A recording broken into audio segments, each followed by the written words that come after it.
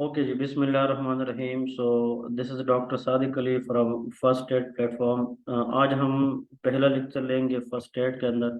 And this first aid what ever I am going to discuss in detail, this is 2023। तो आप लोगों ने अगर इसके साथ अपना बुक पढ़ना है तो 2023 बुक ले लें। तो 2023 जो न्यू फर्स्ट एड एडिशन है वहाँ से मैं पढ़ा रहा हूँ, ठीक है। तो इंशाल्लाह आज से हम स्टार्ट करेंगे, और after 4.5 months you people will able to answer any type of question what ever the guys they ask, ठीक है। तो उसमें हम कोशिश करेंगे कि मोस्ट इम्पोर्टेंट जितनी चीज़ें हैं वो आप लोग को पढ़ा सकूं। और अगर आप लोग डेली के बेस पे 2 से 3 लेक्चर जो आप लोग के पास आते रहेंगे उनको तरीके से आप करेंगे, तो इंशाल्लाह bye the end of 4 to 4.5 months you people will enough able to answer any type of question if someone asks you from basic sciences।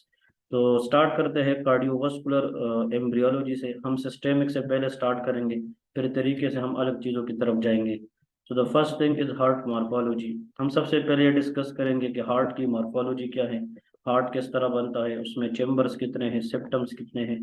तो फर्स्ट ऑफ ऑल रिमेंबर कि जब एम्ब्रियो बनती है in embryonic life, the heart is the first functional organ. This is the very important statement कि जब embryo बनती है उसमें जितने भी ऑर्गन्स बनते हैं including kidney, brain, liver, spleen, pancreas, ठीक है, उन सब के अंदर फंक्शनली जो फर्स्ट ऑर्गन काम करने लग जाता है दैट इज ओनली हार्ट। अब इसका एक वजह है, अगर आप लोग देखें, heart is the pumping muscular chamber of the body which can contract and which can eject the blood to supply all part of the body. इसलिए जो हार्ट है वो वर्टिब्रेट्स के अंदर एम्ब्रियोनिक लाइफ में पहला ऑर्गन है जो फंक्शन करना शुरू करता है। और हार्ट जो है ये स्पॉन्टेनियसली बीट करता है by the end of 4 week of development. This again very very important MCQs question. How many chambers in the heart we have? Very good, 4। जिस तरह हम कहते हैं 2 एट्रियाज है, 2 वेंट्रिकल है, अगर हार्ट में चेम्बर 4 है तो वो 4 week के अंदर फिर बीट करना भी शुरू कर देता है। सो 4 chamber, 4 week, please remember, very very important one. अब जब हार्ट को हम देखते हैं तो इनिशियली हार्ट जो है वो इस तरह जनाब हमारे पास एक स्ट्रेट ट्यूब की शक्ल में होता है। जब हार्ट की डेवलपमेंट स्टार्ट होती है वो एक स्ट्रेट ट्यूब की शक्ल में होती है, फिर इसके अंदर चेंजेस आती है। ये लेफ्ट टू राइट इस तरह जनाब हमारे पास डिस्प्लेस करता है, इसको हम कार्डियक लूपिंग कहते हैं। देखिए प्राइमरी हार्ट ट्यूब, ये जो प्राइमरी हार्ट ट्यूब है ये एक स्ट्रेट ट्यूब होता है, उसके अंदर जनाब लेफ्ट टू राइट पोलैरिटी का मतलब होता है चेंजेस। चेंजेस से मुराद ये है कि रोटेशन होती है, और इसकी जो रोटेशन है वो 4 week के डेवलपमेंट में स्टार्ट होती है। तो आप लोगों ने इस स्टेटमेंट का मतलब ये लेना है कि initially when the heart is going to develop it act as a primary heart tube, ठीक है। वो जो हार्ट ट्यूब है वो आगे हम डिस्कस भी करेंगे। तो प्रिमिटिव एट्रियास, प्रिमिटिव वेंट्रिकल्स, ये सारी चीज़ें वहाँ से बनती है। फिर इसके अंदर जनाब ये है कि रोटेशन आती है, रोटेशन की बेस पे जनाब आप लोगों ने ये चीज़ याद रखना है कि जब heart left to right rotate करता है तो उसमें डायनीन आर्म का जो है ना बहुत ज़्यादा इन्वॉल्वमेंट होता है। डायनीन एक प्रोटीन है which is very very important. इसके कभी कभार जो जीन्स होते हैं उसके अंदर म्यूटेशन आती है। तो अगर हम ये कहते हैं कि जो एडल्ट हार्ट है उसका जो 2/3 पार्ट है वो लेफ्ट साइड पे है, 1/3 पार्ट राइट साइड पे है, तो उसका मतलब भी यही होता है कि जनाब ये पोलैरिटी की वजह से लेफ्ट टू राइट, ये रोटेशन की वजह से 2/3 of the heart present on the left side and 1/3 of the heart present on the right side. अब सवाल ये है, इस पोलैरिटी के दौरान अगर इस डायनीन प्रोटीन के अंदर मसला आ जाए तो it will lead to a condition known as dextrocardia. और डेक्स्ट्रोकार्डिया का मतलब ये है कि एनाटोमिकली जो हार्ट है वो अगर 2/3 जो है वो राइट साइड पे चला जाए और 1/3 लेफ्ट पे चला जाए तो उसको हम डेक्स्ट्रोकार्डिया कहते हैं, which is classically seen in Kartagener syndrome. अब जो कार्टागिनर सिंड्रोम है ये प्राइमरी एक्सिलरी जनाब डिफेक्ट होता है, और कार्टागिनर सिंड्रोम हम डिस्कस करेंगे इन ग्रेटर डिटेल। लेकिन यहाँ से एक एमसीक्यूज आप लोग के साथ में जो ज़रूर शेयर करूंगा कि जो कार्टागिनर सिंड्रोम है इसका एक क्वेश्चन आता है, very very popularly asked question, कि कार्टागिनल सिंड्रोम अगर किसी बंदे में बाई बर्थ है भी तो इसकी जेनेटिक नेचर क्या है। तो please everyone should write in your notes on the top of your book that is autosomal recessive condition. तो जब हम कार्टागिनल सिंड्रोम पढ़ेंगे तो हमें इसका जेनेटिक पता होना चाहिए, ये ऑटोसोमल रिसेसिव होता है। कार्टागिनल सिंड्रोम के अंदर please remember 3 thing in this patient, there is sinusitis. इन लोगों के अंदर जनाब inflammation of nasal sinuses that is called sinusitis. Sinus क्या है? These are the air filled cavity in the para nasal bones like maxillary sinus, frontal sinus, ethmoid sinus, even के there is sphenoid sinus. तो जो कार्टागिनल syndrome के patient होते हैं उनमें जनाब एक क्लिनिकल फीचर होता है that is sinusitis. Another is this patient develop bronchiectasis and dextrocardia. तो तीन चीजें, combination of three things is called a triad. Combination of three things which are dextrocardia, sinusitis and bronchiectasis. Think about Cartagena syndrome. And the genetic nature of Cartagena syndrome is, I told you, that is autosomal recessive condition. तो अगर exam के अंदर question आ जाए कि which of the following protein is defective in Kartagener syndrome, that is called of daily form. ठीक है, very very important. अब आते हैं जनाब एट्रिया की तरफ और हम सेप्टेशन ऑफ द चेम्बर्स की बात करेंगे। मैं यहाँ पे एक सिंपल सी, अगर आप लोग एक डायग्राम ड्रा करो, इससे आप लोग को ये चीज और भी वाज़ेह हो जाएगी। अगर हम हार्ट को एक सिंपल इस तरह जनाब फोर चेम्बर के जरिए हम ड्रा करें तो आप लोग को पता होना चाहिए this is the heart. Heart के अंदर ये जो ऊपर दो चेम्बर्स है उनको एट्रियास कहते हैं और नीचे दो को हम वेंट्रिकल्स कहते हैं। सो this is the right atrium and this is the left atrium, this is the right ventricle and that is the left ventricle. ठीक है। अब अगर हम कहेंगे कि फॉर एग्जांपल ये हमारे पास यहाँ पे आप लोग का भी जो मैंने बताया है, अगर this is for example right atrium, अगर ये आर ए है, R A stand for right of atrium, तो प्लीज रिमेंबर कि इस राइट एट्रियम और यहाँ पे क्या है, L A, that is called of left atrium. तो ये चीज आप लोगों ने यहाँ से क्लियर करनी है कि राइट एट्रियम लेफ्ट एट्रियम इसके दरमियान ये जो पार्टीशन है इसको हम इंटर एट्रियल सेप्टम कहते हैं। फिर से बता रहा हूँ कि the structure which separate right atrium from left atrium that is called of inter atrial septum. फिर इसी तरह राइट वेंट्रिकल लेफ्ट वेंट्रिकल के दरमियान जो स्ट्रक्चर होगा उसको हम इंटर वेंट्रिकुलर सेप्टम कहते हैं। ये जो सेप्टम होते हैं एक तो एट्रिया के दरमियान है और एक वेंट्रिकल के दरमियान है, और एक ये है, ये वाला जो सेप्टम है ये क्या करता है, ये ऊपर दो एट्रियास को नीचे दो वेंट्रिकल से सेपरेट करता है। इसको एवी सेप्टम या एट्रियो वेंट्रिकुलर सेप्टम कहते हैं। लेकिन अगर हम चेम्बर्स की बात करेंगे, हम दो एट्रियस की बात करेंगे, दो वेंट्रिकल्स की, यहाँ पे हम एट्रियस के दरमियान इंटर एट्रियल की बात करेंगे, वेंट्रिकल्स के दरमियान इंटर वेंट्रिकुलर की बात करेंगे। तो इनकी जो डेवलपमेंट है वो हम डिस्कस करेंगे इस टॉपिक के अंदर। पहले हम इंटर एट्रियल सेप्टम को देखेंगे, इसके बाद हम इंटर वेंट्रिकुलर सेप्टम को देखेंगे। तो प्लीज जितने भी लोग आप लोग जहाँ से पढ़ेंगे और आप लोग ये चाहेंगे कि यार एग्जाम के अंदर इसके सवाल क्या है, तो रिमेंबर हमें चार चीजें आनी चाहिए। एक का नाम है सेप्टम प्राइमम, दूसरे का नाम है सेप्टम सेकंडम। ठीक है, ये दो चीजें। Anything which is going to develop initially तो उसको प्राइमम कहते हैं, और जो बाद में डेवलप होता है सेकेंडरी डेवलप होता है उसको सेकंडम कहते हैं। तो one word is septum primum, another is septum secundum. इसी तरह ostium primum, ostium is the word use for hole, hole का मतलब फोरामेन है, और एक होते हैं ओस्टियम सेकंडम। तो प्लीज अगर ये चार चीजें जिसने सीखी इट्स मीन कि उसको इंटर एट्रियल सेप्टम की जो डेवलपमेंट है वो काफी हद तक समझ आ जाएगी। ठीक है। तो सबसे पहले आप लोगों को याद रखना है कि जो एट्रिया है उसकी जो सेप्टम है उसमें septum primum, septum secundum, ostium primum और ओस्टियम सेकंडम, ये चीजें हमें आनी चाहिए। अब देखिए अगर हम फॉर एग्जांपल एक सिंपल सी मिसाल ले लें कि this is for example heart, और हार्ट में अगर हम देखते हैं इस तरह ये एक हार्ट है, और हार्ट के अंदर जनाब देखें तो इनिशियली जब हार्ट बनता है that is a single chamber. वो क्या होता है, सिंगल चेम्बर। हार्ट की जो सेंटर है, ये जो लाइन ड्रा की है, ये एंडोकार्डियल कुशन है। हार्ट की जो ऊपर वाली पार्ट है उसको रूफ कहते हैं, नीचे वाले पार्ट को फ्लोर कहते हैं। देखिए इनिशियली होता ये है कि रूट से एक सिम्टम शुरू हो जाता है और फिर वो नीचे एंडोकार्डियल कुशन की तरफ आता है। सो this is the septum which initially start from the root and they grow down toward endocardial cushion। ये एंडोकार्डियल कुशन्स की टिश्यूज है। अब सवाल ये है कि ये जो सेप्टम है ये इनिशियली अब बन रहा है, इसके पहले कोई सेप्टम था नहीं। तो वो सेप्टम जो रूफ ऑफ द हार्ट से स्टार्ट हो जाए और नीचे की तरफ आए और इनिशियली बने तो उसका नाम सेप्टम प्राइमम होगा। मैं यहाँ पे लिख रहा हूँ, देखिए a septum primum grows toward endocardial cushion, very very important. लेकिन ये एंडोकार्डियल कुशन को टच नहीं करता, तो lower end of septum primum और एंडोकार्डियल कुशन के दरमियान एक होल रह जाता है। ये जो होल है जिसको मैं अब ये एक किस्म की सर्कल से ड्रा करने जा रहा हूँ, ये होल पहले तो था नहीं, ये पहला बन गया, तो इस होल का नाम ओस्टियम प्राइमम होगा। ठीक है, ostium is the word use for hole. तो प्लीज ये चीज ध्यान में याद रखें कि ऐसा सेप्टम जो इनिशियली ऊपर से स्टार्ट हो जाए, नीचे की तरफ आना शुरू करे, और that is septum primum, they make a hole known as ostium primum.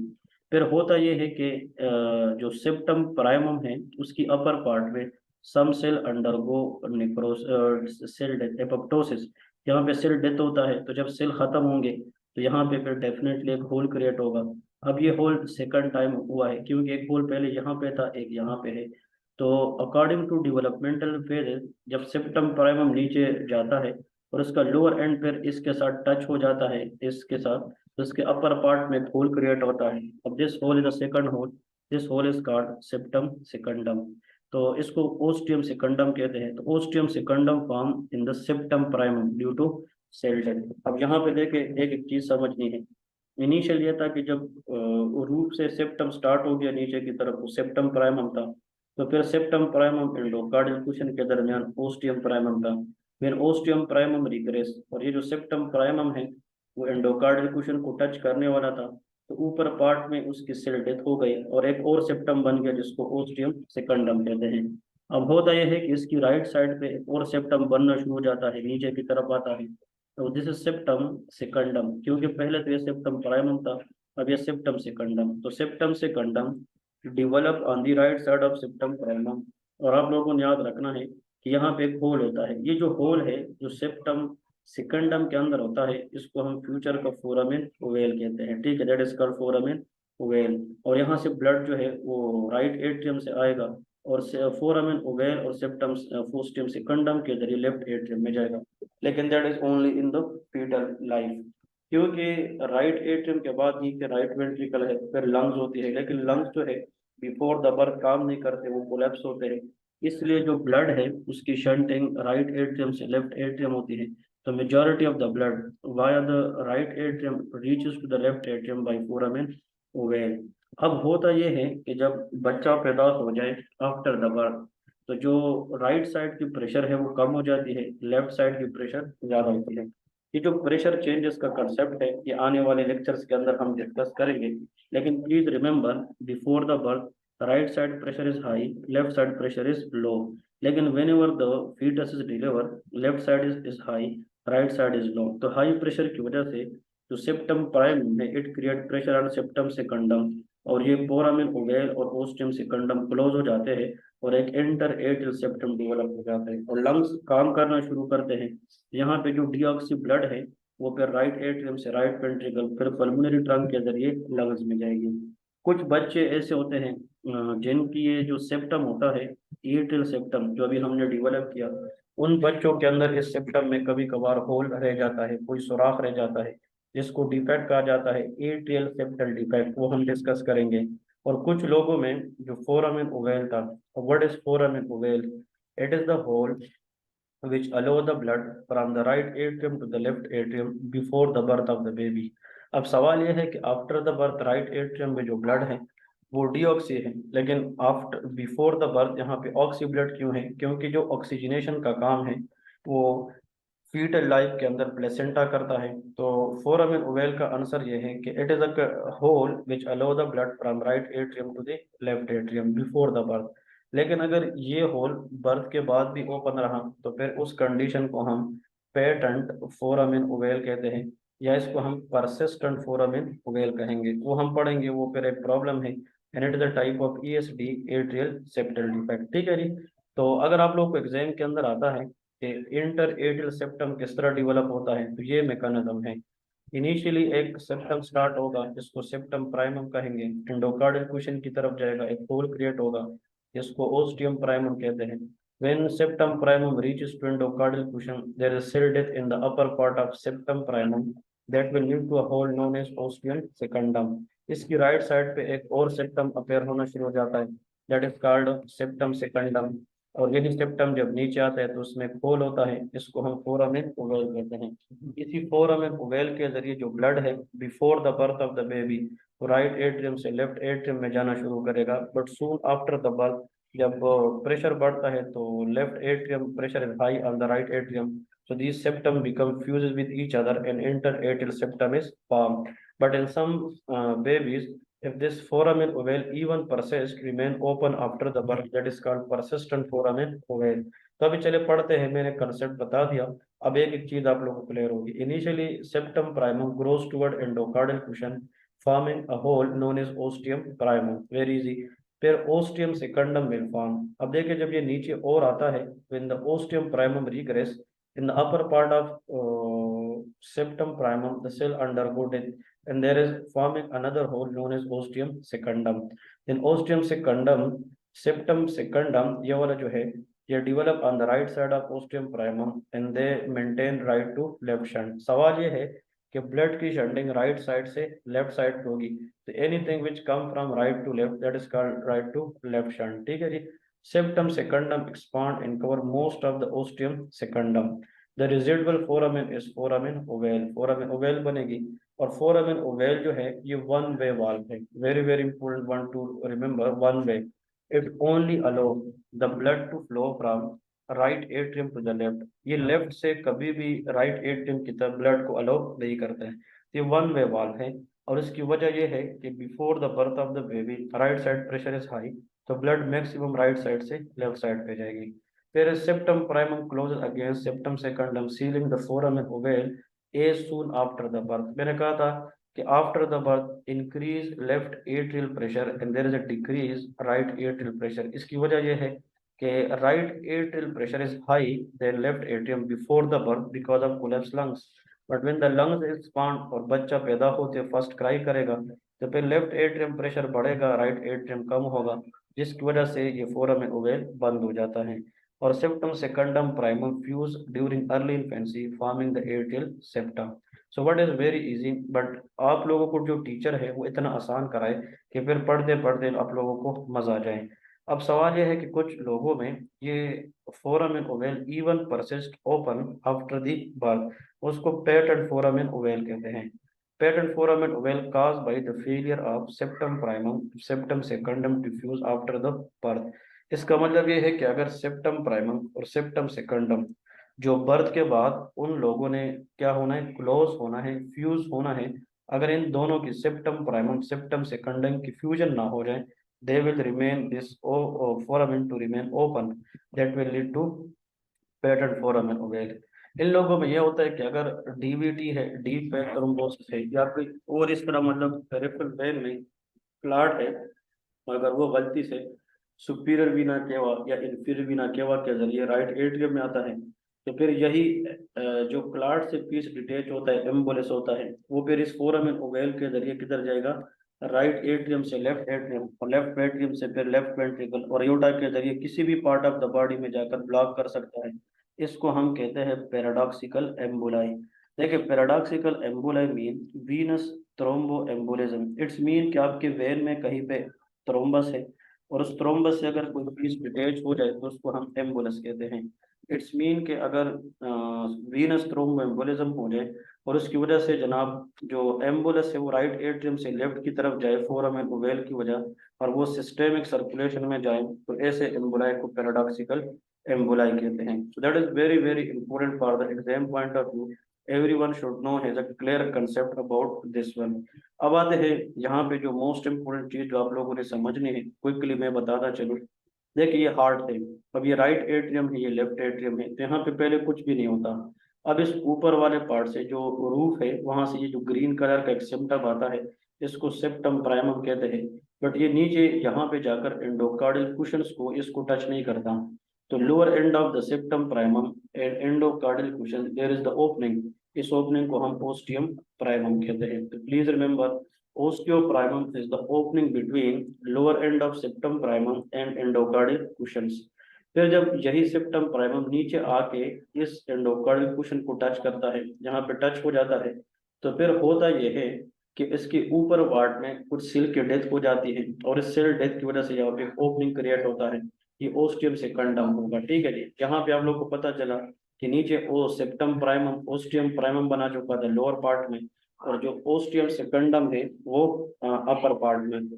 तो प्लीज रिमेंबर, सेप्टम प्राइमम के अंदर ओस्टियम प्राइमम भी बनता है, ओस्टियम सेकंडम भी बनता है। और आप लोगों ने याद रखना है कि सेप्टम प्राइमम के लोअर पार्ट में ओस्टियम प्राइमम बनता है, और सेप्टम प्राइमम के अपर पार्ट में ओस्टियम सेकंडम बनता है। फिर जब ये टच कर देता है तो यहाँ पे प्रोमिनेंट जो है वो ओस्टियम सेकंडम आ जाता है। अब इस ओस्टियम सेकंडम बनने के बाद ये जो ग्रीन कलर है ये तो पहले से सेप्टम प्राइमम है, इसके साथ राइट साइड पे जो ब्लू कलर का सेप्टम नीचे आना शुरू हो जाता है उसको सेप्टम सेकंडम कहते हैं। और ये सेप्टम सेकंडम जब नीचे आता है तो ये मेजॉरिटी ओस्टियम सेकंडम को कवर करते हैं, और यहाँ पे एक होल क्रिएट होता है जिसको हम फोरामेन ओवेल कहते हैं। Very very important MCQs question. अब जब बंदा पैदा मतलब बर्थ हो जाती है इन्फेंसी के अंदर, क्या होता है जब इस साइड का प्रेशर इस पे ज्यादा हो जाता है तो ये दोनों फ्यूज होते हैं, और ये जो सेप्टम सेकंडम और सेप्टम प्राइमम है वो फ्यूज हो जाते हैं, फोरामेन ओवेल नॉर्मली क्लोज हो जाता है। लेकिन in some patient when the septum primum fail to fuse with septum secundum, the foramen ovale will remain open, and that condition is known as a patent foramen ovale। ठीक है जी, इसको हम फिर क्या कहेंगे, फोरामेन ओवेल पेटेंट या persistent कहेंगे, जिसमें पैराडॉक्सिकल एम्बोलाई के चांसेस ज्यादा होते हैं। तो देखिए आप लोग डायग्राम पढ़ के आपको मजा आ रहा है, क्या हमें थ्योरी समझ आ गई तो डायग्राम पढ़ना है सुपर सुपर इजी। इसलिए आप लोग को बताया था कि अगर आप लोग साथ साथ चलेंगे, आप लोग फॉलो करेंगे, इंशाल्लाह at the end of the session you people will enjoy the concept. ठीक है, तो इसमें आई थिंक कोई ऐसा सच कोई डिफिकल्ट चीज नहीं है। लेकिन एक चीज इम्पोर्टेंट है कि अगर फॉर एग्जाम्पल फोरामेन ओवेल मतलब ये है कि ये क्या हो जाए, बंद हो जाए, तो मतलब फिर इसका हम सब में एक रेमिनेंट होता है, तो उस रेमिनेंट का अपना एक नाम है। अगर एग्जाम के अंदर आ जाए foramen ovale close after the birth, तो what is the remnant of foramen ovale, that is called fossa ovalis. ये हम अलग पढ़ेंगे, these are the changes which is occurring after the birth. Prenatal changes, postnatal changes आगे आएगा, लेकिन ये चीज आप लोग अपने कॉपी में नोट करें या किताब के ऊपर नोट करें कि if foramen ovale closes after the birth, तो उसकी जो रेमिनेंट है, इसका जो बकिया हिस्सा है उसका नाम क्या है, दैट इज कॉल्ड फोसा ओवेलस। ठीक है, this is the extra point you people should know for the exam point of view.